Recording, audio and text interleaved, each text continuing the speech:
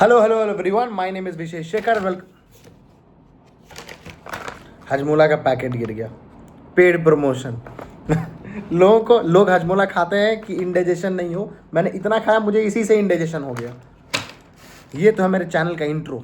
आगे पता नहीं क्या क्या होगा, मजाक कर रहा हूँ। Hello everyone, my name is Vishesh Shekhar and welcome back to my channel Verbal Victory. And today's topic of discussion is the real reason behind Mumbai Indians' downfall in IPL 2026 and not just in IPL 2026। पिछले 4-5 सालों से इनके performances काफ़ी ऊपर नीचे रहे और like a wave रहे हैं। तो let's try to decode exactly what went wrong for them. Why? Because a team that has the best T20 all-rounder, if not all formats, Hardik Pandya in it.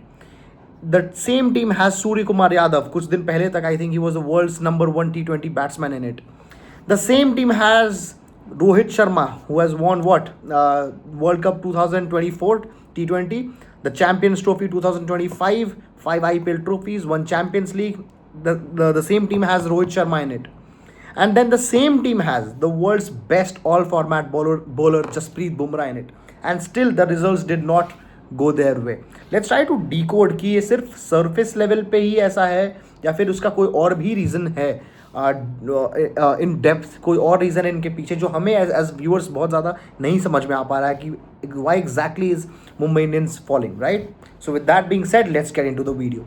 So and like I always say, मैंने इस पूरे video में 4-5 pointers बनाए हुए हैं जिसको हम लोग एक एक करके टच करेंगे और हम लोग कोशिश करेंगे वो समझने की, राइट।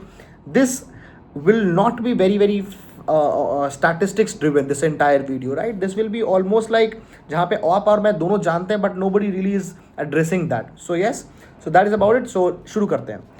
पहला मैंने पॉइंट रखा है, MI as a team, as an IPL franchise, मुझे थोड़ी सी ग्रीडी दिखती है, ग्रीडी लगती है। Now understand this, मुझे लगता है 2023 में I think when 23 is the last season जब हार्दिक पांड्या गुजरात टाइटंस को फाइनल्स में लीड किया था। 24 में मुंबई इंडियंस ने हार्दिक पांड्या को अपने टीम में बुला लिया। आई थिंक उधर ही एक फैक्चुअल एरर कर दिया था मुंबई इंडियंस ने। Why I am saying this is because Mumbai Indians needed to understand कि किसी भी टीम को जीतने के लिए या फिर बनने के लिए, राइट, थोड़ा टाइम लगता है। हर एक टीम और दूसरी बात, हर एक टीम का एक प्राइम आता है और अनफॉर्चुनेटली या फिर जैसे भी इट इज़ अ रूल कि वो प्राइम धीरे धीरे करके जाएगा भी। The best example is Chennai Super Kings. We all know what did the team do under the captaincy of MS Dhoni, but they had to let go of MS Dhoni at some point, right? और हमें Chennai Super Kings का record भी दिखा। Chennai Super Kings was the same team जो 10 season हुए थे IPL के, 10 में से 10 क्वालिफाई उन्होंने किया था, राइट। बट दे अंडरस्टूड कि कोई बात नहीं, हर एक टीम का एक प्राइम आता है और वो प्राइम नीचे भी जाएगा। बट व्हाट्स इंपॉर्टेंट इज कि जब आपका प्राइम नीचे जा रहा है, what is the thing that you are doing then उस वक्त आप क्या कर रहे हो। मुंबई इंडियंस ने क्या किया, उन्होंने देखा कि हमारे लिए एक सीज़न काम किया नहीं और हमारे which was I think 2023 no, I think 2022 or 23, 2022 I think they did not qualify, 2021 they did not qualify, 23 में I think they went to the top to the qualifiers I believe, right? So मुझे ऐसा लगता है वहाँ पे MI ने थोड़ा panic किया बहुत ज़्यादा जल्दी। अगर आपकी टीम क्वालिफायर्स में ऑलरेडी जा चुकी है, right, under the captaincy of home, under the captaincy of Rohit Sharma, so I personally think उस वक्त Mumbai Indians did not need to switch Hardik Pandya to get Hardik Pandya in और रोहित शर्मा से कैप्टेंसी लेने की।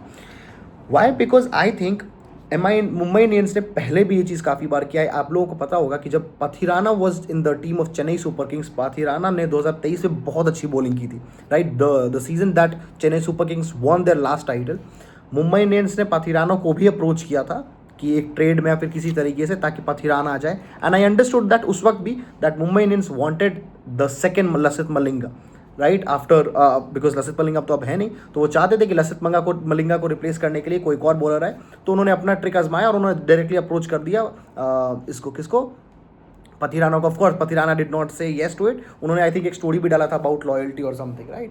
तो मुंबई ने से वो भी कोशिश किया था और उन्होंने फिर फाइनली क्या किया, हार्दिक पांड्या को अपनी टीम में बुला लिया। Now comes the point. तो मुझे ऐसा लगता है मुंबई इंडियंस को उस वक्त ये समझना चाहिए था कि एक प्राइम आता है, अभी प्राइम हमारा नहीं है। सो रादर दैन पैनिकिंग और गेटिंग द बेस्ट प्लेयर्स का बच्चा हार्दिक पांड्या अच्छा परफॉर्म कर रहा है उसको ले आओ, जैसे पाथिरान अच्छा परफॉर्म कर रहा है उसको ले आओ, रादर देन डूइंग दैट वो खुद का एक बेस बना सकते थे, राइट। कि अब हम ये हमारे कुछ प्लेयर्स हैं जो हमारी टीम को आगे लेकर जाएंगे, जिनमें कि एक वैसे तिलक वर्मा है। Tilak Varma is a good very very good player identified by the Mumbai Indians scouting team, right? So that is where I think MI made a big mistake. So the first one was that. Secondly, I think now this would be a controversial opinion, but this I think is right.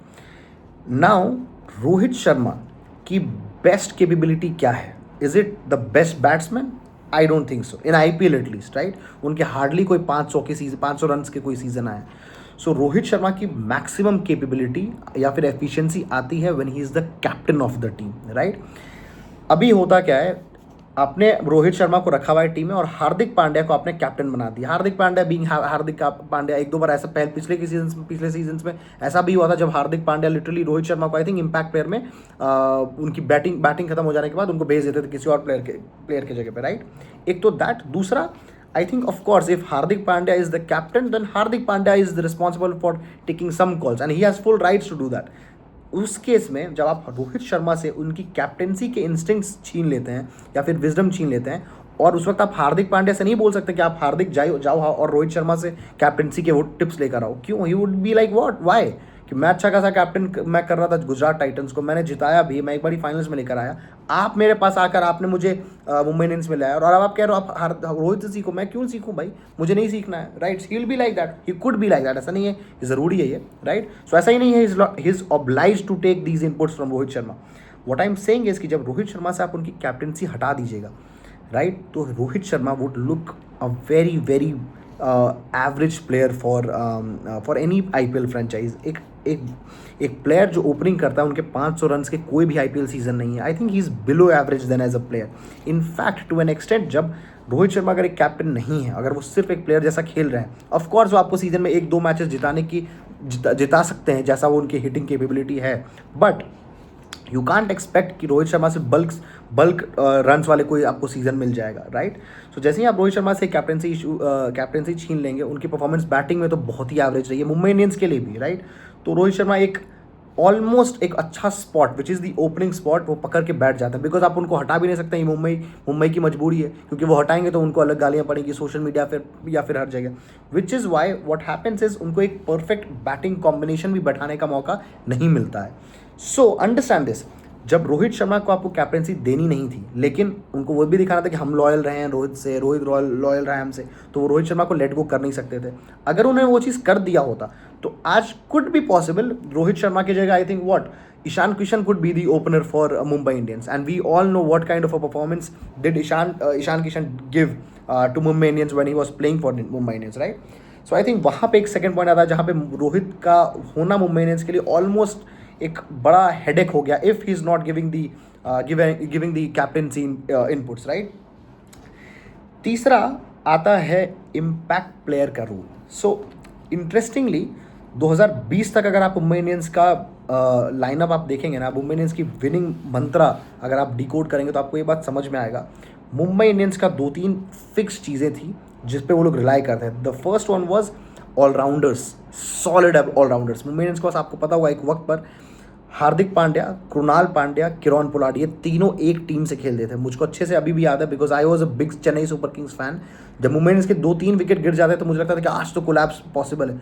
उस वक्त हार्दिक पांड्या आके ऐसे करके match लेकर चले जाते थे। जिस मैच में हार्दिक नहीं चलते थे कृणाल चल जाता था, जिस मैच में कृणाल नहीं चलता था किरण पोलार्ड चल जाता था, right. So it was almost but it was very very tough for any team to beat Mumbai Indians, जिसका एग्जाम्पल है 2020 का IPL सीजन। आप जाकर देखिए उन्होंने पूरे सीजन डोमिनेट कर दिया, किसी और टीम का मतलब कोई चांस ही नहीं रहा। इनफैक्ट फाइनल्स तक में जहाँ पे दिल्ली कैपिटल्स को श्रेयस अय्यर फाइनल्स में लेके गए थे, फाइनल्स तक में it was a very very boring finals. It was that kind of a performance from Mumbai Indians, right.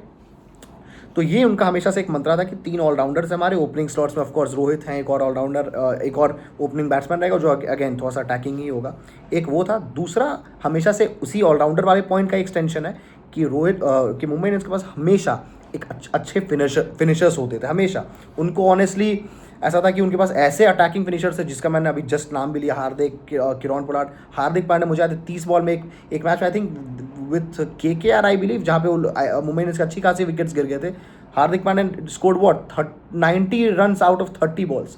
Same 2021 में जहाँ पे चेन्नई सुपर किंग्स जीती थी वो सीजन, आपको याद होगा 210-215 रन का टारगेट दिया था मुंबई इंडियंस को, 4-5 विकेट ऊपर से गिर गए थे। किरण पोलार्ड आके लास्ट में इतना मारा उन्होंने चेन्नई सुपर किंग्स को, वो मैच जिता दिया, राइट।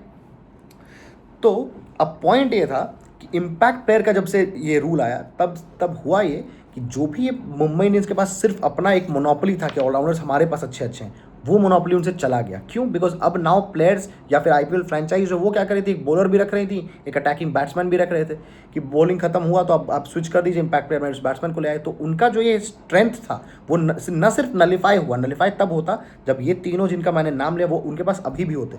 नलीफाई तो नहीं हुआ, वो इम्पैक्ट एक स्टेप पीछे चले गए क्योंकि बाकी लोगों ने वो इम्पैक्ट प्लेयर के थ्रू वो सीख लिया या फिर इस चीज़ को क्रैक कर लिया कि कैसे करना है इम्पैक्ट प्लेयर को, इम्पैक्ट प्लेयर रूल को कैसे यूज़ करना है अपने मैक्सिमम एफिशिएंसी के लिए, राइट। और वहाँ पे Mumbai Indians I think took a lot of time in understanding कि इम्पैक्ट प्लेयर रूल्स को कैसे हम लोग यूज़ कर सकते हैं to their own benefit, right. So यहाँ पे आई थिंक एक मेजर एक मिस हुआ है Mumbai Indians as a franchise से। तो ये एक हो गया। एक और पॉइंट है मेरा, चौथा point, it is auction fuckups. मैंने उसको बोला है।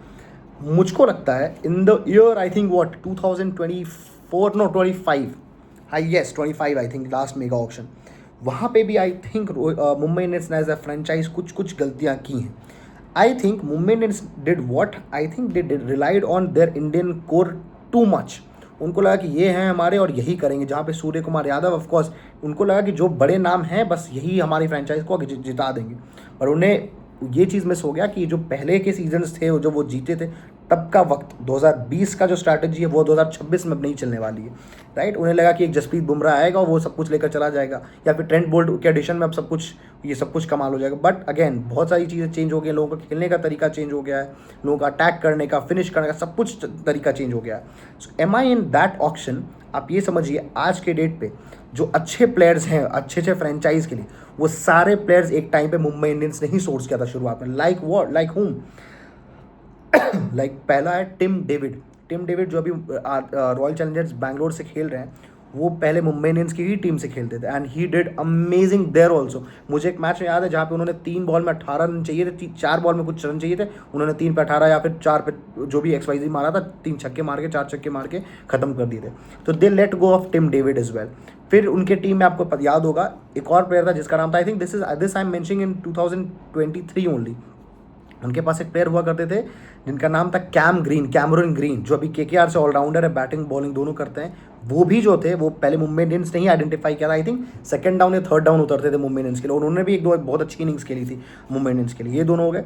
तीसरा आज के डेट पे चेन्नई सुपर किंग्स में एक प्लेयर है जिसको हम लोग बेबी एबी बोलते हैं, डेवॉल्ट डेविस।